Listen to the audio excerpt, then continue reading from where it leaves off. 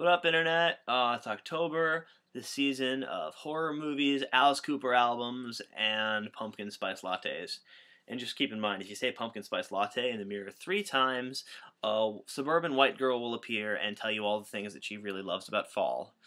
But anyways, what this video is about, what I'm going to talk about today, is my 10 favorite movies to watch around Halloween. And so let's get right into the meat of the list. Number 10 is going to be a film called John Carpenter's Vampires. I just want to say right now, John Carpenter is one of the masters of horror. He makes some of the best horror movies. He has made some of the best horror movies ever. And this movie is just, in my opinion, one of his underrated gems. It's about a team of vampire hunters working for the Vatican. And what basically happens is the entire team gets wiped out, and it's up to their leader, who's played by James Woods, to basically stop these vampires from completing a ritual that will make them immune to everything that kills them and basically running shit. So very entertaining movie, and definitely something you should watch. Second thing I want to bring up, number 9 is on the list, is John Carpenter's Halloween. Not going to talk too much about this one. It's a brilliant piece of movie history, brilliant horror movie. The cinematography, the music just creates this amazing, really creepy atmosphere. It's really good. It's very, what's the best way to put this? I've always felt that in horror, the best thing, or the scariest thing in a horror movie is the human imagination. A good horror movie isn't going to scare you by itself. A good horror movie is gonna trick you into scaring yourself, which is what Halloween does very well. It basically, it's a very atmospheric film. It's almost completely bloodless. It's not very violent. You don't really see people die. You don't really, for the most part anyway. And it's just, again, a very, very intense atmosphere to it. It's a very good film, as pretty much I'm sure you know. It's a fairly standard horror movie. If you're a horror movie fan, you've probably seen it. Well, if you're a horror movie fan, you've definitely seen it.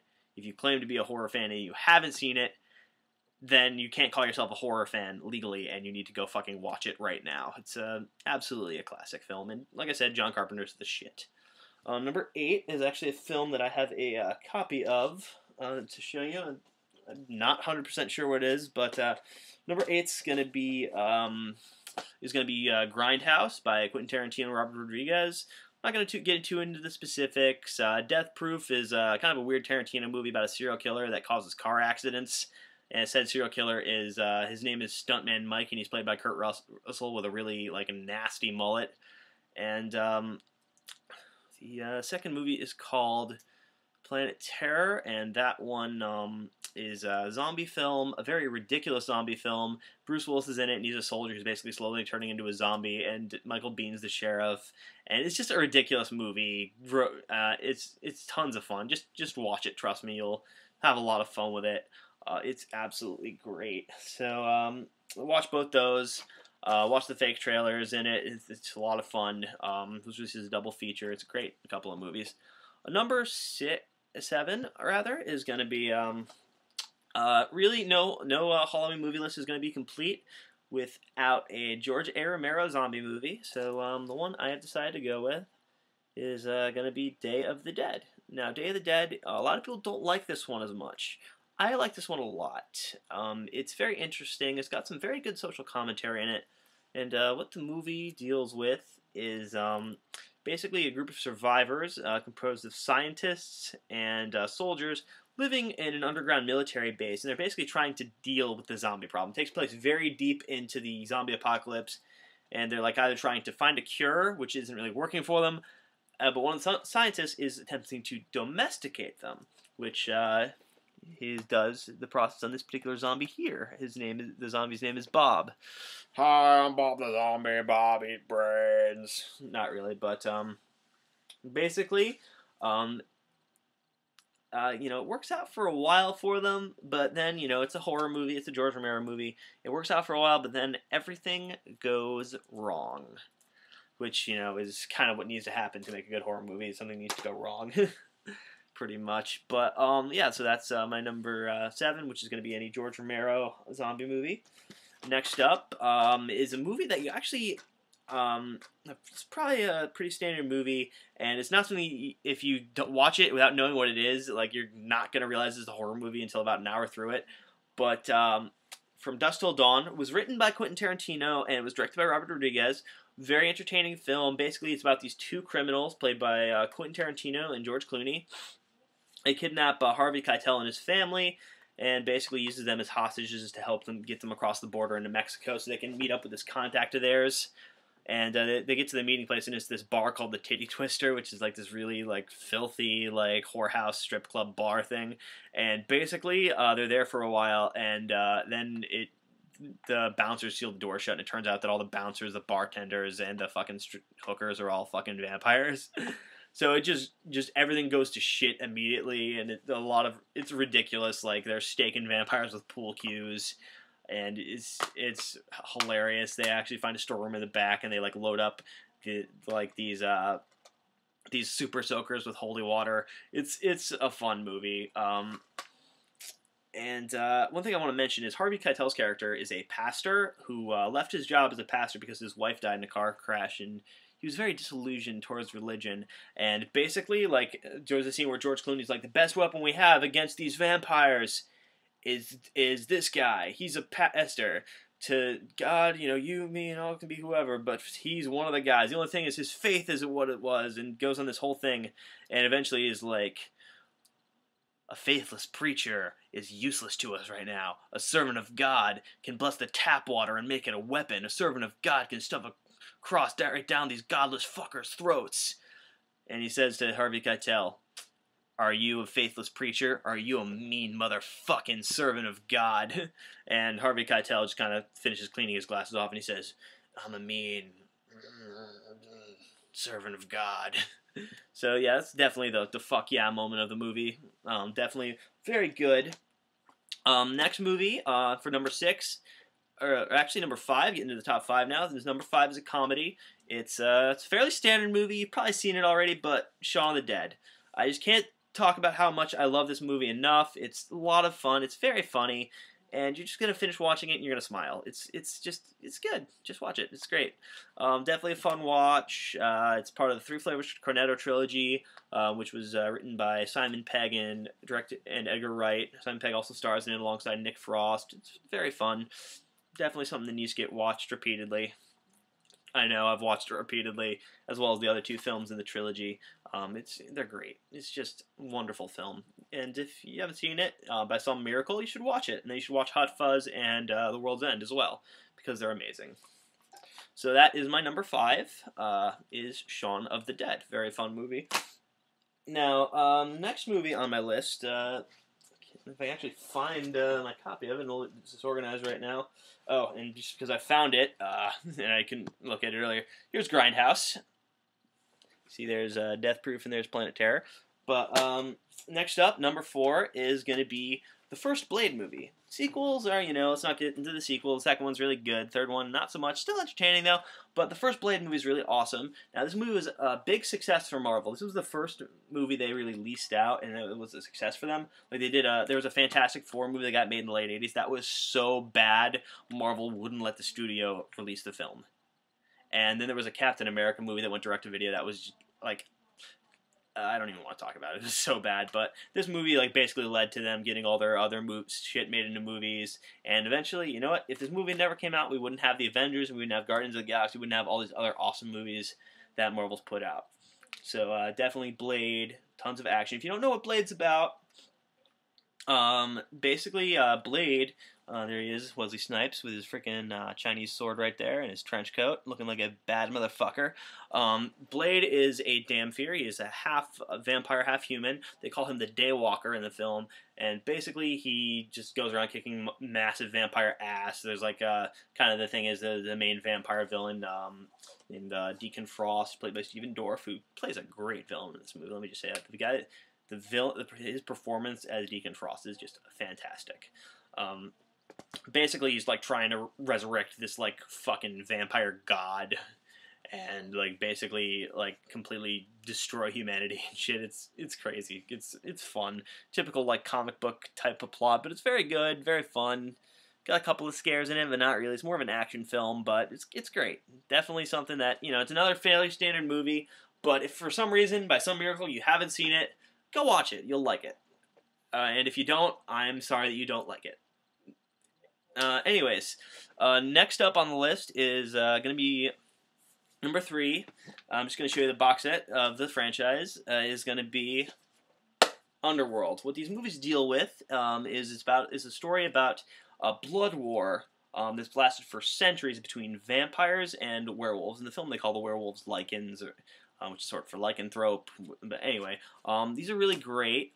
Very cool action sequences. It's another more of an action-oriented movie. It's kind of like that whole period of the 2000, what year did this movie come out? 2003 to 2007. There's that whole explosion of heavily stylized action horror movies, with this and Resident Evil and other movies that are kind of forgettable because they weren't very good. But it's very entertaining for sure. Definitely a film franchise that if you aren't familiar with, I recommend that you check out. They're a lot of fun, very well made movies, great action sequences. And one thing I'd like to point out is they actually rely heavily on practical effects in these films as opposed to CG, or at least they did in the first 3. All the werewolves are guys in costumes, which to me is very cool. I like practical effects a lot just because they look, more real in a movie. And they actually use CG in the movies in a very tasteful and very artistic manner. So if you're one of those people who's an old school horror fan, kind of like me, and you don't like movies that rely too heavily on computer generated effects, then you might enjoy these. I feel like the people are really divided on this series. You either really like it or you just don't. So yeah, that's Underworld. Also, first one, just want to say, is my favorite vampire movie of all time. It's just great. So yeah, that's my number 1. Is number 3 rather, not on number 1 yet. Is going to be Underworld. Now, number 2 is going to be kind of another spoof. It was a little film called The Cabin in the Woods. Now, this movie is very hard to describe. Basically, it starts out like your standard horror movie. This group of kids goes out to, some cabin in the woods to, have a vacation weekend and just get drunk and have lots of sex. But the thing is, there's people, watching them on, all these security cameras and shit, and there's all this weird stuff going on. And, there's all these different monsters in it. There's a scene in the movie where a guy gets eaten by a unicorn, he gets eaten by a mermaid, and another guy gets stabbed in the chest by a unicorn. It's some good shit. It's definitely something you should watch. It's very unusual. It's very, I remember I bought this, and I was with a friend who did not want to watch it because he thought it was just going to be some standard horror movie, and then he watched it and loved it, because, it's not what you would expect. It's very different. One of the main characters is Chris Hemsworth, who, as we all know, played Thor in the Thor films as well as the Avengers, and it was actually written and produced by Joss Whedon. So it's definitely, that in itself makes it an essential nerd movie, because it's Joss Whedon. As we all know, he is king of the nerds. He is our lord and master. Yeah, this is definitely a good watch. Especially if you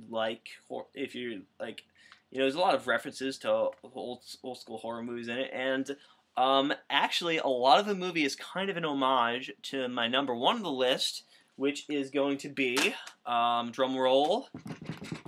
Okay, silliness aside, number 1 on my list is going to be The Evil Dead. Now, if you're a horror movie fan and you haven't seen this movie, again, like Halloween, you are not allowed to call yourself a horror fan. This was such an essential movie. All the sequels are great. The remake's good, actually. The remake of this film is really good. It's a very good remake. I was very skeptical. I was worried it wouldn't be good. But then I read an article that said that the director was interviewed, and he said, yeah, I'm not really into CG. I didn't really use much of it at all. Mostly practical effects. I was like, huh, maybe. And then I went and saw it, and I was like, wow, this movie was badass. But yeah, it's Bruce Campbell, directed by Sam Raimi.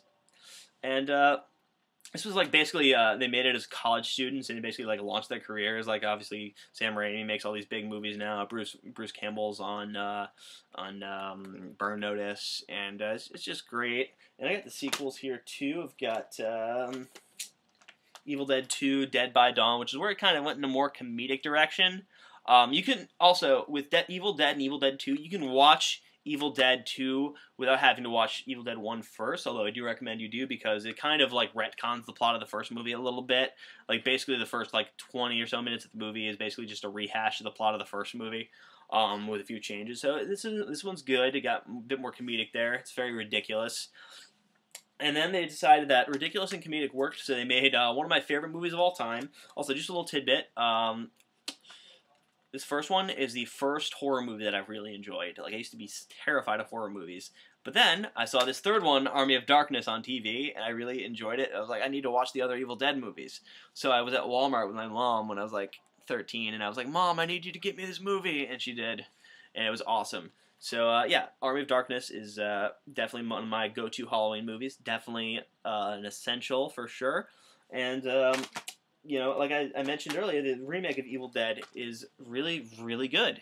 It's very good horror movie. It's everything that you want in an Evil Dead remake. Like, did a very good job of remaking it. I can't really, you know, say much more than that. They did a good job with it. It's very good. So yeah, I mean, definitely worth the watch.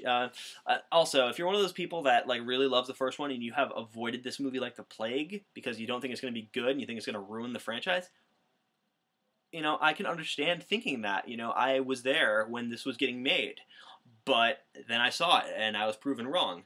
So if you're a hardcore Evil Dead fan, you don't think this movie is going to be good and you think you're going to hate it, watch it. You might be proven wrong because it's a very, very good remake. Definitely. You know, anyways, let's stop talking about how good the Evil Dead remake is. So yeah, that's my top 10 Halloween movies. If you agree with me or disagree with me, I'd like to hear your opinions. So leave me a comment, or you know, you can shoot me a message or whatever. And I'll be making more videos in the future. So yeah, thanks for watching, yeah, and see you later.